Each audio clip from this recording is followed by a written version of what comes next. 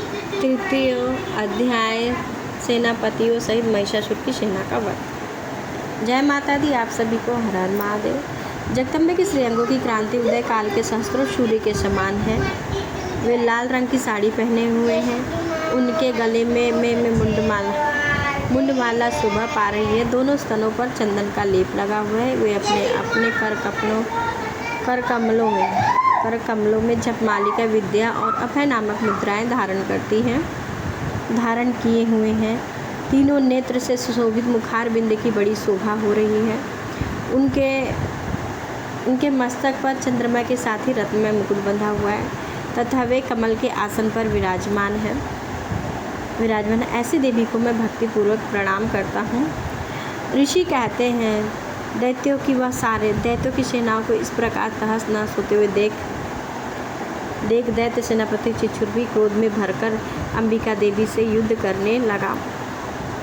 के लिए आगे बढ़ा। वह असुर रणभूमि में देवी के ऊपर इस प्रकार बाणों की वर्षा करने लगा जैसे बादल मेरे वीर के ऊपर शिखर की पानी की धार बरसा रहा हो। तब देवी ने भी अपने बाणों से उसके बाण समूहों को अन्यासी काटकर उसके घोड़े और सारथी को भी मार डाला। साथ ही धनुष तथा अत्यंत ऊंची ध्वजा को भी तत्काल ही काट गिराया। धनुष कट जाने पर उसके अंगों को अपने बाणों से बेट डाला। धनुष, रथ और घोड़े और सारथी नष्ट हो जाने पर उस असुर ढाल और तलवार लेकर देवी की ओर दौड़ा। उसने भी तीखी धार वाली तलवार से सिंह के मस्तक पर चोट करके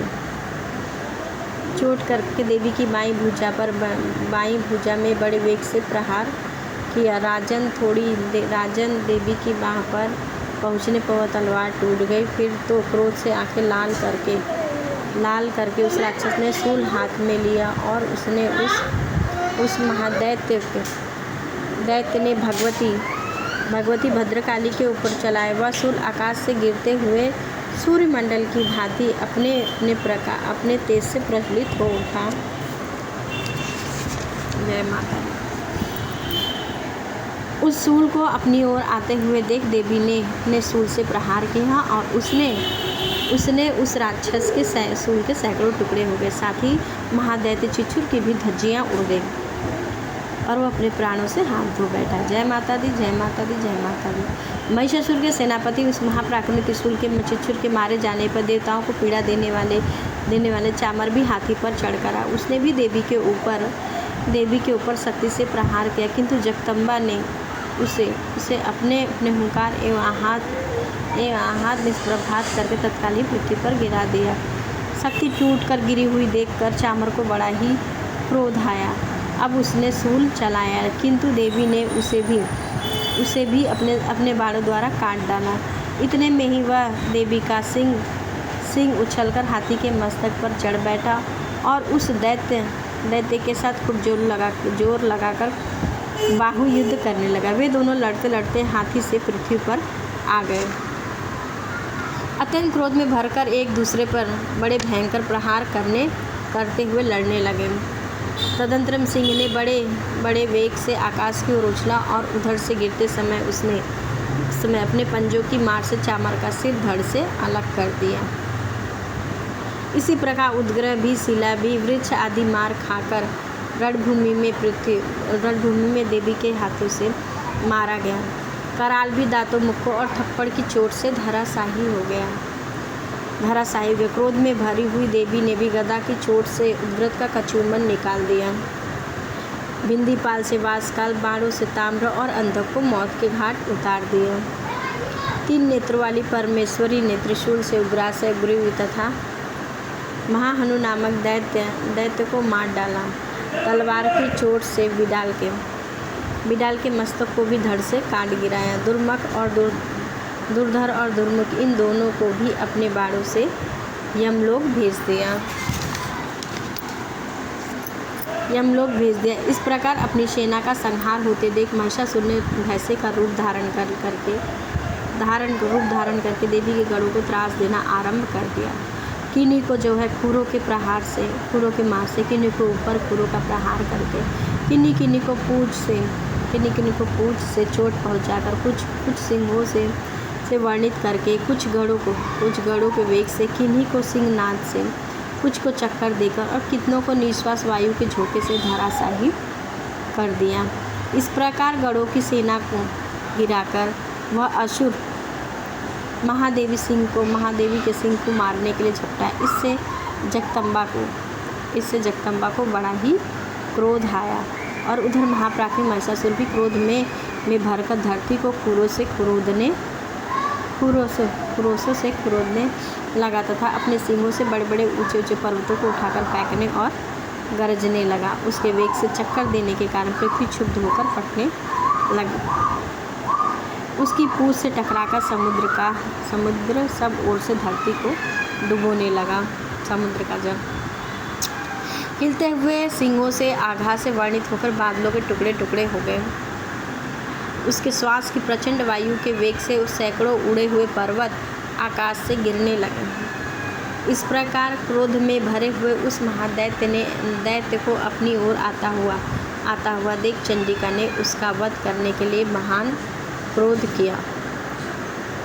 उन्होंने पास फेंककर उस महान असुर को बांध लिया और सुसंग्राम महोत्सव में बन जाने के कारण उसने भैंसे का रूप त्याग दिया और तत्काल ही वह सिंह के रूप में वह प्रकट हो गया।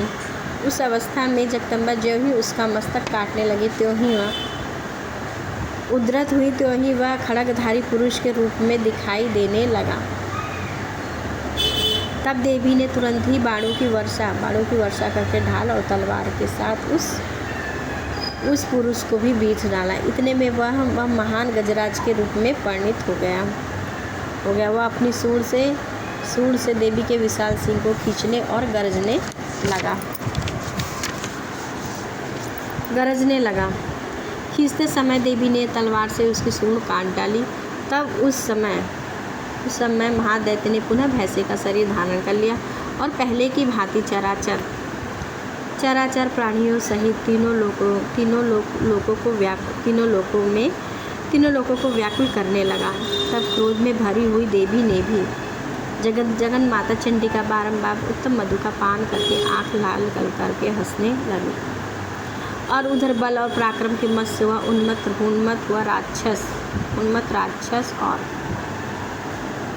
राक्षस गर्जना करने लगा और अपने सिंहों से चंडी के ऊपर पर्वत को फेंकने लगा। उस समय देवी ने अपने बाण समूहों से फेंके हुए पर्वतों को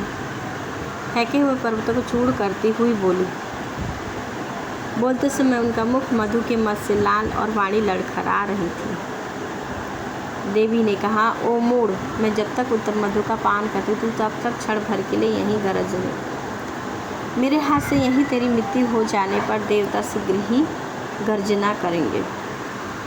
ऋषि कहते हैं, यूँ कहकर देवी उछली और उस महादैत्य के ऊपर चढ़ गई और फिर अपने पैर से उसे दबाकर उन्होंने शूल से उसके कंठ में आघात किया।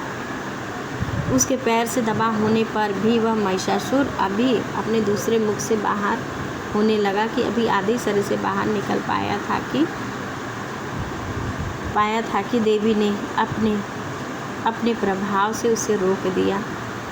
आधा निकलने पर भी वह महादैत्य देवी से युद्ध करने लगा। तब देवी ने बहुत बड़ी तलवार से उसका मस्तक काट गिराया। फिर तो हाहाकार करती हुई दैत्यों की सारी सेना भाग गई। संपूर्ण देवताएं एकदम अत्यंत प्रसन्न हो गए। देवताओं ने दिव्य महर्षियों के साथ दुर्गा देवी का स्तुति किया। गंधर्व गाने गाए, अप्सराएं नृत्य करने लगी। इस प्रकार से मार्कंडेय पुराण में 3 मनवंतरी कथा के अंतर्गत देवी महात्म्य में महिषासुर वध नामक तीसरा पाठ पूरा हुआ। जय माता दी, हर हर महादेव। आप सभी ये पाठ सुनिए। सुनने से भी उनकी कृपा प्राप्त होती है और उनकी दया ममता हमेशा बनी रहती है।